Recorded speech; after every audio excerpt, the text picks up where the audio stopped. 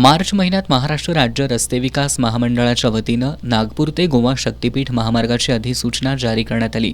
805 kilometre लांबीच्या या महामार्गासाठी जवळपास 27,000 हेक्टर जमीन संपादित केली जाणार आहे। तर या महामार्गासाठी तब्बल 89,000 कोटी रुपयांचा खर्च करण्यात येणार आहे।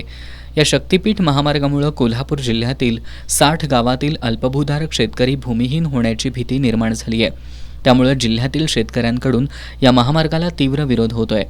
या महामार्गाला विरोध करण्यासाठी शक्तीपीठ महामार्ग विरोधी कृती समितीच्या वतीनं मंगळवारी कोल्हापूर जिल्हाधिकारी कार्यालयावर मोर्चा काढण्यात आला होता।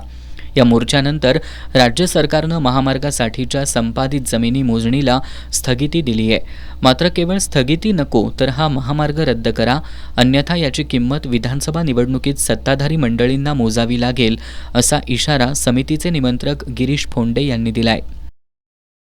गोवा ते नागपूर असं 806 किलोमीटरचा 12 जिल्ह्यांमधून जाणारा शक्तीपीठ महामार्ग शासनाच्या या निर्णयाविरोधात शेतकरी गेले 3 महिने आंदोलन करतायत। शासनाला यांच्याशी चर्चा करायची सवड नाही आहे। 18 तारखेला कोल्हापूरमध्ये हजारो शेतकऱ्यांचा मोर्चा निघाला, इतर जिल्ह्यांमध्येही आंदोलन झालं।